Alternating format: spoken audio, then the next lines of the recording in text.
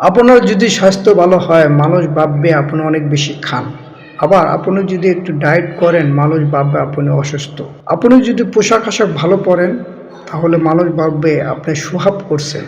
অপরদিকে আপনি যদি খারাপ পোশাক আশাক পরেন তাহলে মানুষ বলবে আপনি গরিব, পাত্তাই দিতে চাইবে না। আপনি যদি সিরিয়াস হন মানুষ আপনাকে ভাববে ভীষণ বোরিং প্রকৃতি।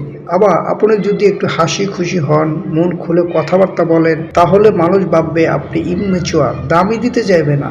আপনি যদি মানুষের বিপদের সাথে সাথে চলে যান তাহলে মানুষ আপনাকে টেকেন ফর গ্রান্টেড নেবে।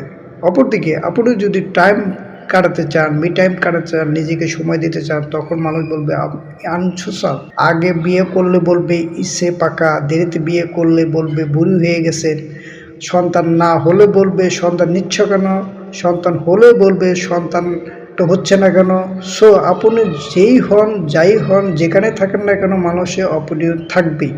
তাই সেদিকে দৃষ্টিতে না দিয়ে পাশের লোকে কি বললো সেদিকে জীবন নষ্ট না করে, অন্য ক্ষতি না করে নিজে কিভাবে সুখে থাকা যায় সেই দিকে দৃষ্টি দিন।